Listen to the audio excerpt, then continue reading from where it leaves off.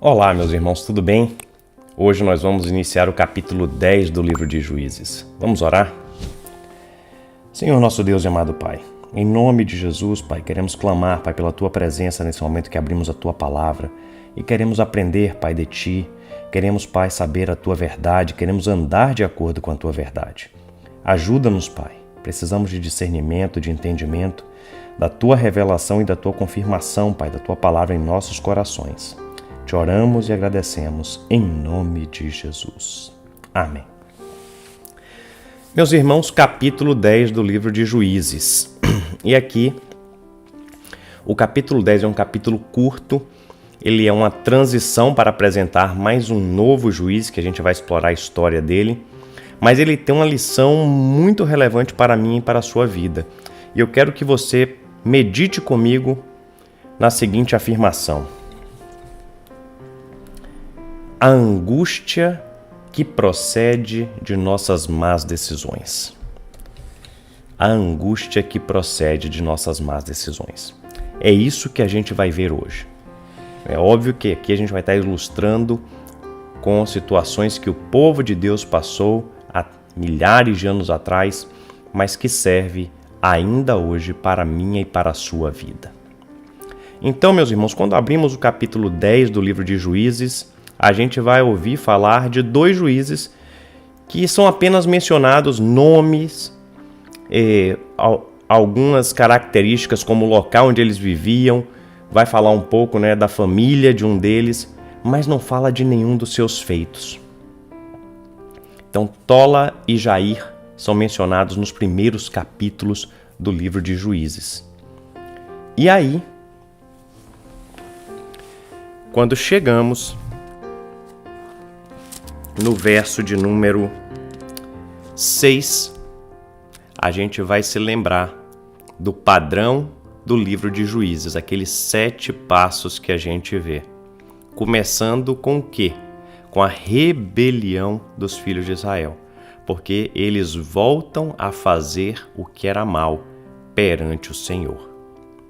Então, uma vez introduzido esses dois juízes, que não são mencionados nenhum dos seus feitos, a gente começa a ver agora aqui o caminho de Israel no que diz respeito a mais uma vez desprezarem o seu Deus e começaram a servir outros deuses.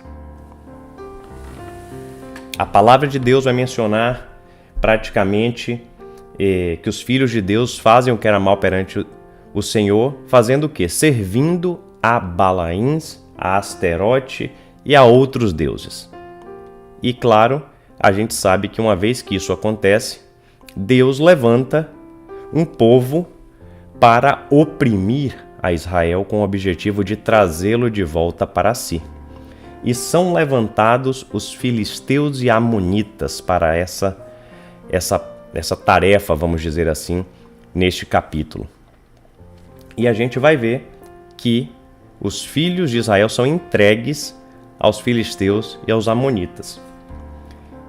E aqui a parte interessante é que a gente vai chegar num determinado momento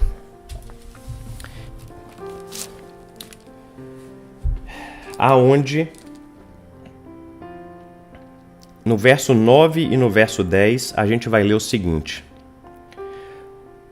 os filhos de Amon passaram o Jordão para pelejar também contra Judá e contra Benjamim, contra a casa de Efraim, de maneira que Israel se viu muito angustiado. É nessa hora que a gente tem que examinar o nosso próprio coração. A gente está angustiado? Essa angústia procede de alguma má decisão que a gente fez? O povo de Deus estava angustiado. Eles estavam angustiados por ver os seus inimigos, os seus opressores, avançando e conquistando praticamente toda a terra. Toda a terra que era deles, que Deus havia dado em promessa para eles. Vamos continuar no verso 10. Então os filhos de Israel clamaram ao Senhor, dizendo: contra ti havemos pecado, porque deixamos o nosso Deus e servimos aos Baalins. Agora, meus irmãos, a gente vai ver aqui uma situação extremamente interessante. Por quê?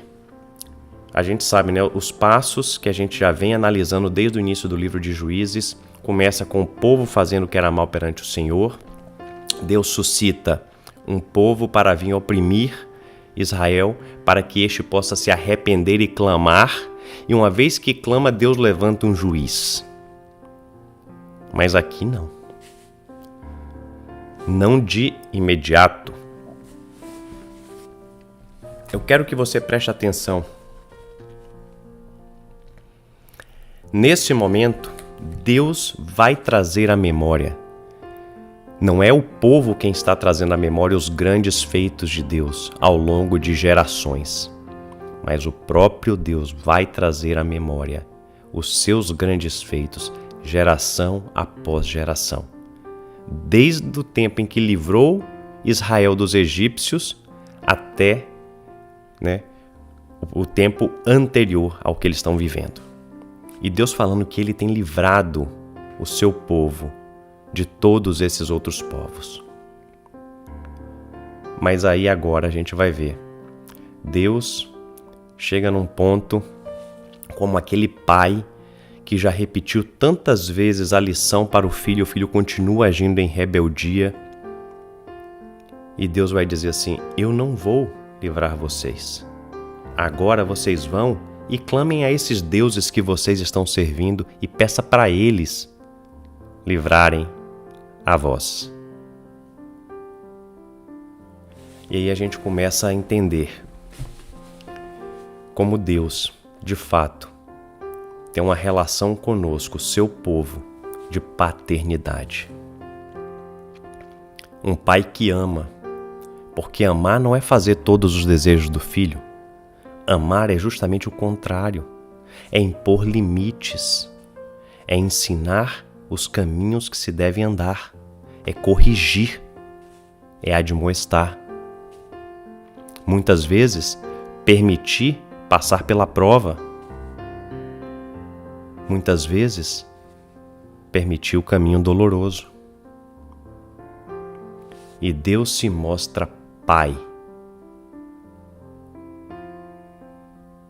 Se você tem recorrido a si mesmo, se você tem recorrido a amigos, se você tem recorrido a todas as suas potenciais oportunidades, mas não a mim, vai lá agora e pede para eles resolverem seu problema.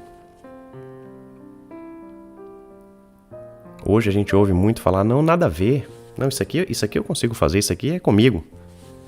Não entendendo que todas as coisas estão debaixo do senhorio e da majestade do nosso Deus. Quantas vezes pensamos que não tem nada a ver? Meus irmãos, que possamos acordar, que possamos de fato nos render e andar nos caminhos do Senhor, retidão e justiça nos caminhos do Senhor.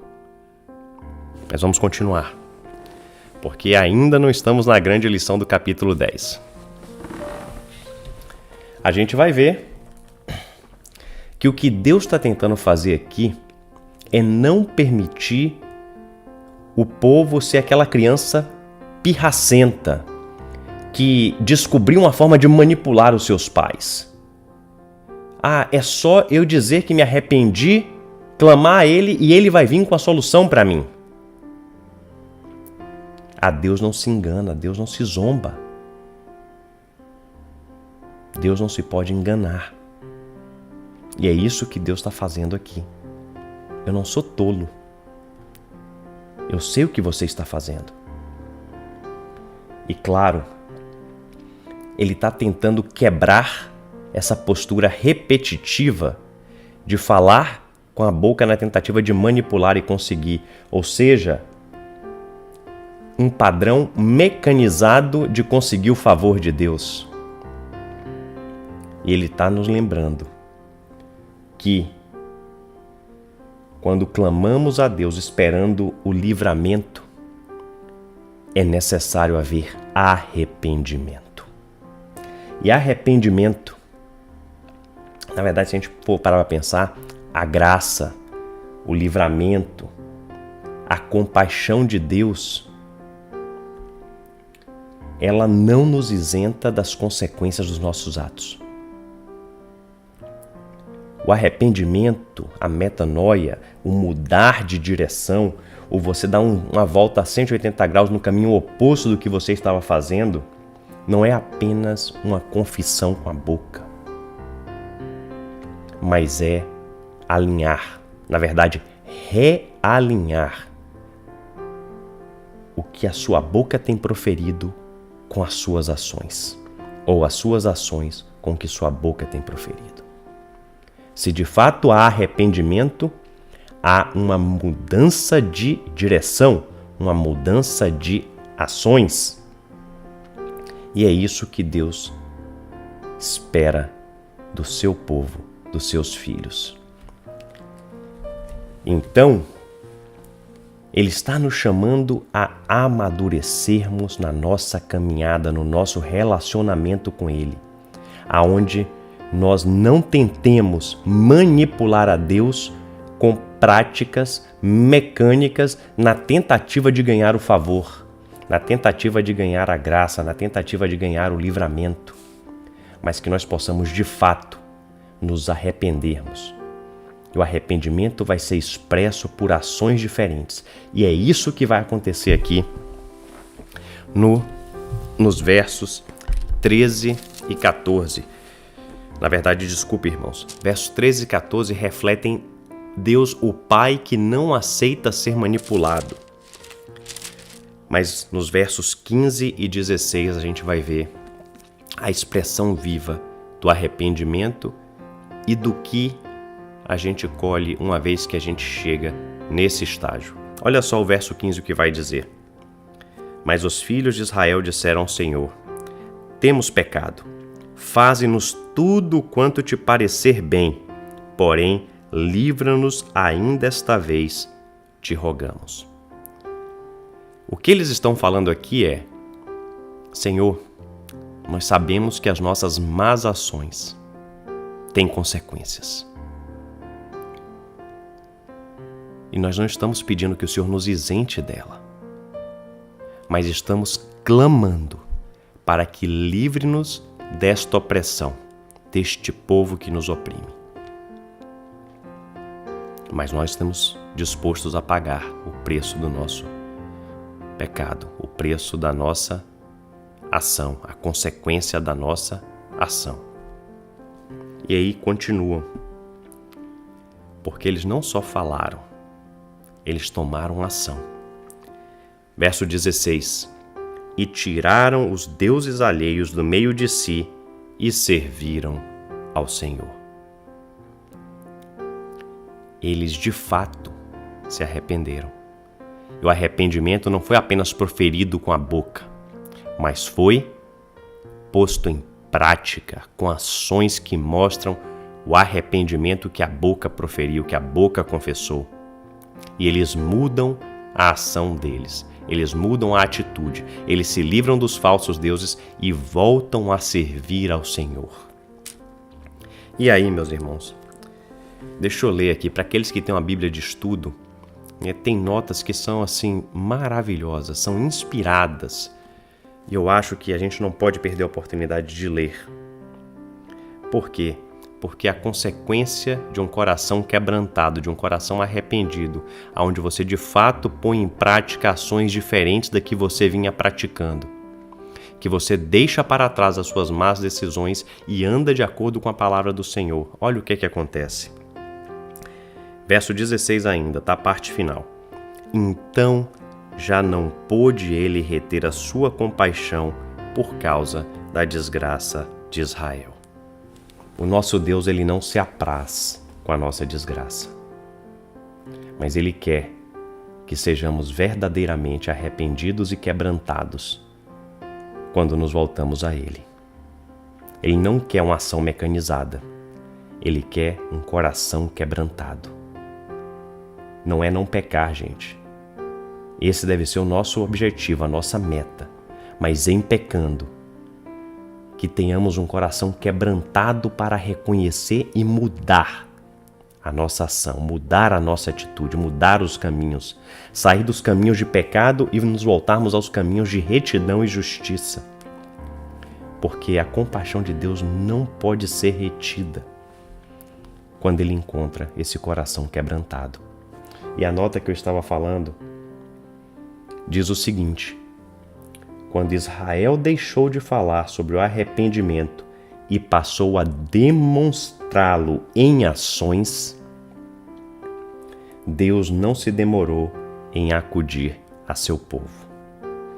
A paciência de Deus não tem limites neste dia da graça, se de fato o pecador se arrepende. Então, esse é o grande chamado para que possamos nos livrar das angústias das nossas más decisões. Que nos arrependamos, mas que o nosso arrependimento não seja palavras proferidas por uma boca que tenha a intenção de manipular a graça de Deus, mas que partam de um coração quebrantado, que de fato entende que pecou e que o caminho certo é outro. E no momento em que nós alinhamos as nossas ações nesse caminho que é oposto ao caminho do pecado, é aí que Deus vem com a sua graça, com a sua misericórdia, com o seu livramento, com o seu favor. Que cada um de nós possa se arrepender dos seus maus caminhos e, de fato, por meio de ações, mostrar que estamos arrependidos, para assim gozarmos da plenitude da graça do nosso Deus. Vamos orar. Senhor Deus e amado Pai, muito obrigado, Pai, pela Tua revelação. Muito obrigado, Senhor Deus, pela Tua palavra, pela Tua verdade, Pai, que ainda hoje é viva e eficaz. Obrigado, Senhor Deus, porque o Senhor nos lembra constantemente da necessidade de termos um coração quebrantado e de termos, Pai, ações alinhadas com os valores e princípios do Teu reino, da Tua palavra, da Tua verdade. Ajuda-nos, Pai, a constantemente, Pai, focarmos e buscarmos os Teus caminhos e que possamos, Pai, não mais andar nos caminhos da angústia das más decisões feitas por nós mesmos. Ajuda-nos, Pai, nessa caminhada. Que o Senhor, Pai, tenha misericórdia de nós e nos encha, Pai, do Teu Santo Espírito, para que estejamos sempre alinhados com a Tua vontade, com o Teu propósito e com os Teus caminhos. Te oramos e agradecemos em nome do Pai, do Filho e do Espírito Santo. Amém. Meus irmãos, muito obrigado e até o nosso próximo encontro com a palavra. Deus vos abençoe.